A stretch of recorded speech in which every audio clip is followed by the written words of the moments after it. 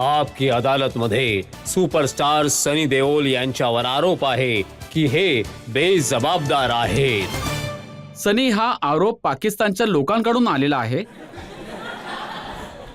ते म्हणतात की आमची काय अवस्था दाखवली आहे सिनेमांमध्ये, आणि एका माणसाने म्हटलं की सैन्य तर लांबचीच गोष्ट आहे, सनी देओल माझ्यासमोर येऊ दे, मी दाखवून देईन माझ्या हातामध्ये किती दम आहे. असे आणि खूप सारे स्टेटमेंट्स आहेत. मी एक ऍक्टर आहे जो कॅरेक्टर प्ले करतो. हा सिनेमा बनतो as a producer, as a डिरेक्टरच्या मताने, आणि आपण सगळ्यांनी ते पर्सनल नाही घेतलं तर खूप चांगलं आहे. आणि जर कोणाला हौस आली आहे माझ्याशी पंगा घ्यायचा असेल तर नक्की या.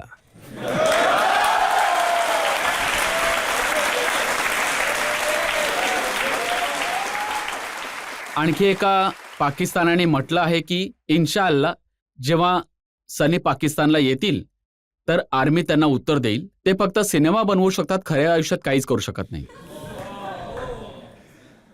खऱ्या आयुष्यात मी सैनिक नाहीये, मी ऍक्टर आहे. सारखं सारखं मी तेच सांगतो. मी ते पात्र साकारत असतो.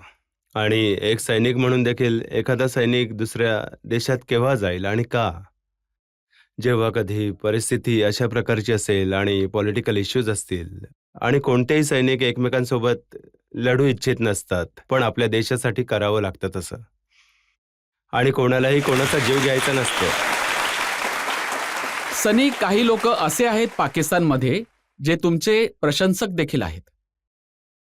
कोणीतरी लिहिलं आहे की सनी देओलला पाकिस्तानला बोलवा, दुधाच्या रांगेत उभं करा, 200 रुपये किलोचं पीठ खरेदी करायला लावा, 150 रुपयाची साखर खायला लावा, पाणी आणि वीज देऊ नका, आपसुकच स्वतःहून इथून पळून जाईल.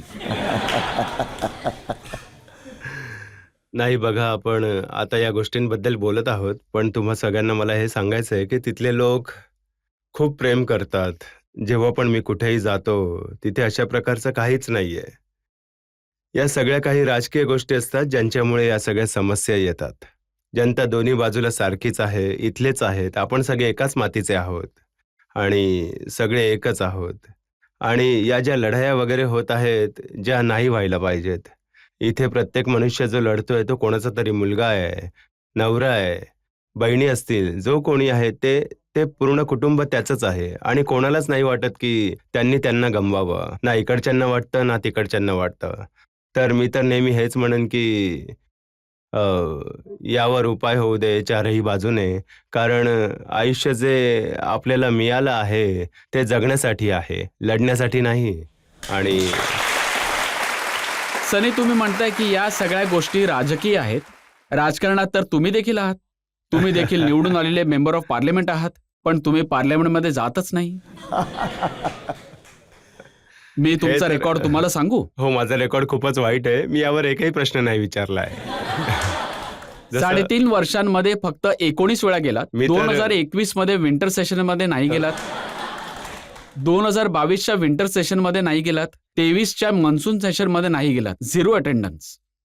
नाही, माझी अटेंडन्स खरंच खूप कमी आहे. आणि मी असं नाही म्हणत की ही चांगली गोष्ट आहे. पण जेव्हा मी राजकारणात आलो आणि पाहिलं आणि मला वाटलं की हे माझं जग नाहीये. पण मी माझ्या मतदारसंघासाठी जी काही कामं गरजेची होती ती सगळी मी करत आलोय, यापुढेही करत राहीन. त्यासाठी मी तिथे जावं किंवा जाऊ नये याला मी नाही म्हणत, कारण खूप अडचणी येतात, समस्या येतात मला. सिक्युरिटी असते, आणि यावेळी कोविड आला होता, नंतर वेगळ्या समस्या आल्या.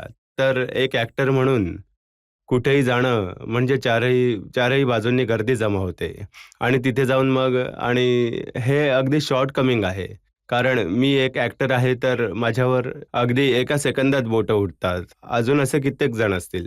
पण मला इतका विश्वास आहे की मी आता आणली नाहीयेत, पण माझ्याकडे अशी खूप मोठी लिस्ट आहे जिथे मी खूप कामं केली आहेत.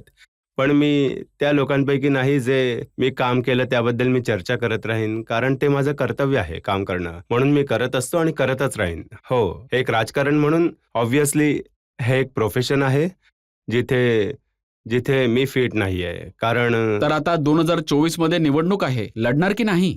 मला तर लढण्याची इच्छा नाहीये यापुढे, कारण मी जे काही काम करत आहे एक ऍक्टर मोदीजी म्हणून. लढवतील तुम्हाला? मला वाटतं मोदीजी देखील समजतात, की हा हा जो मुलगा आहे सनी, हा देशाची सेवा एक ॲक्टर म्हणून करत आहे. तर हा तिथेच योग्य आहे. जनतेला देखील हेच हवं आहे.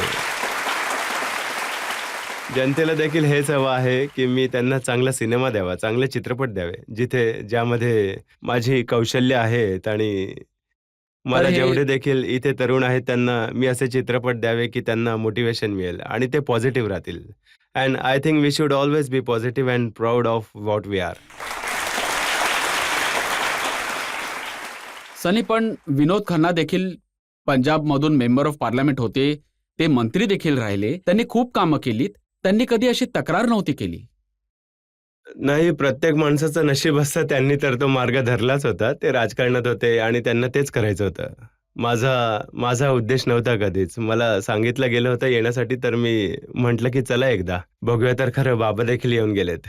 बाबा म्हणाले की "बाळा, तुझ्याने नाही होणार हे." मी म्हटलं त्यात काय एवढं.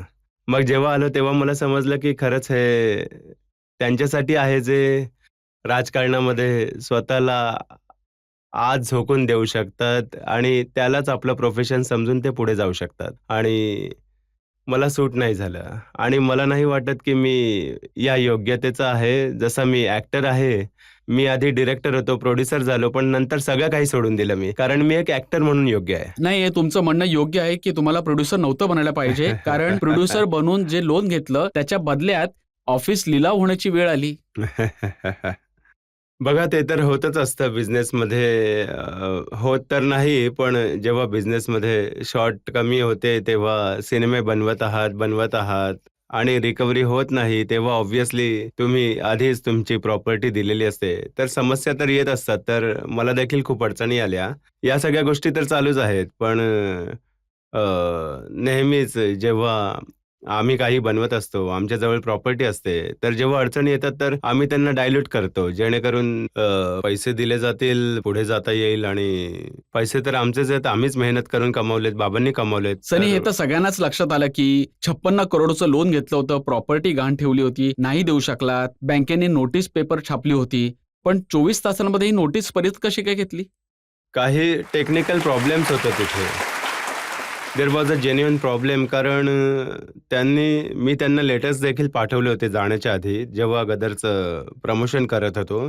17 आणि 18 का 19 तारखेला 2 वेळा पाठवले होते, की मी येऊन 24-25ला येऊन सगळं काही सॉर्ट करीन. त्यांना माहीत नाही. बघा, काय सांगू, लबाडी तर लोक करतच राहतात. कोणी केलं, का केलं, नव्हतं करायला पाहिजे. हो, त्यांच्याजवळ हक्क आहे करण्याचा, पण मी तर आधीच त्यांना लेटर दिलं होतं, की येऊन सगळं काही सेटल करेन, आता पण तर खूप कमाई माहीत केली नाही. आहे, देऊन टाकाल ना आता? आता तर नक्कीच देईन. का नाही? मी माझी जागा आता माझ्या बाबांनी कमावलेली जागा आहे, ती नक्कीच पुन्हा माझ्याजवळ ठेवायला आवडेल मला. का नाही? पण आता फिल्म प्रोड्यूस नाही फिल्म करणार. कधीच प्रोड्यूस नाही करणार. कारण कारण मी त्याच्या लायकच नाहीये. कारण कसं आहे,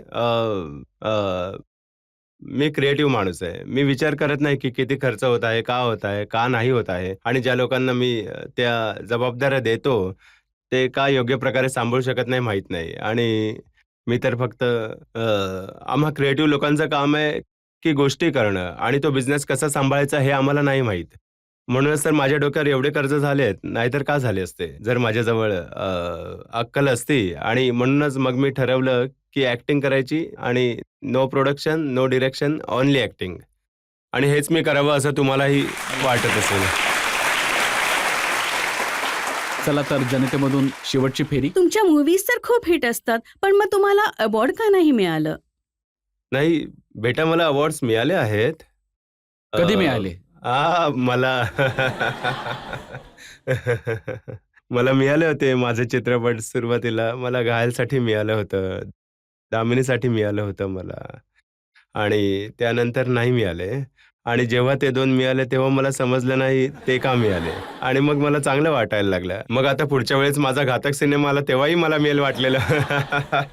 पण नंतर मिळायचे बंद झाले. हा प्रश्न यामुळे देखील उठतो कारण जेव्हा अवॉर्डचे फंक्शन असतात, त्यावेळेस तुम्ही स्टेजवरती डान्स करताना नाही दिसत. नाही, मग आता मी काही बोललो तर म्हणाल क्रिटिसाइज करतोय. मला काही क्रिटिसाइज करायचं नाहीये त्या संस्थेला, म्हणजे त्या अवॉर्डच्या वगैरे. पण त्यांचं महत्त्व आता तेवढं राहिलं नाहीये. कळलं ना? म्हणजे कोणाला पण कधी काहीही मिळू शकतं आणि तर त्याची ती मज्जा नाहीये. आता कळलं? कोणी पण कसंही काही करून घेतात आणि मग म्हणणार, आता त्याला स्वतःला माहिती आहे की कसं मिळालंय. ते त्यासाठी नाही की तू कुठलं चांगलं काम केलं आहेस म्हणून. पण मग लोक सुद्धा त्यात आनंद व्यक्त करतात. तर मग सनी, असं वाटतं की सगळ्यात मोठं अवॉर्ड तर तुम्हाला जे जनतेचं प्रेम मिळतं. मिळतं. हेच तर आहे. यापेक्षा मोठा अवॉर्ड काय आहे?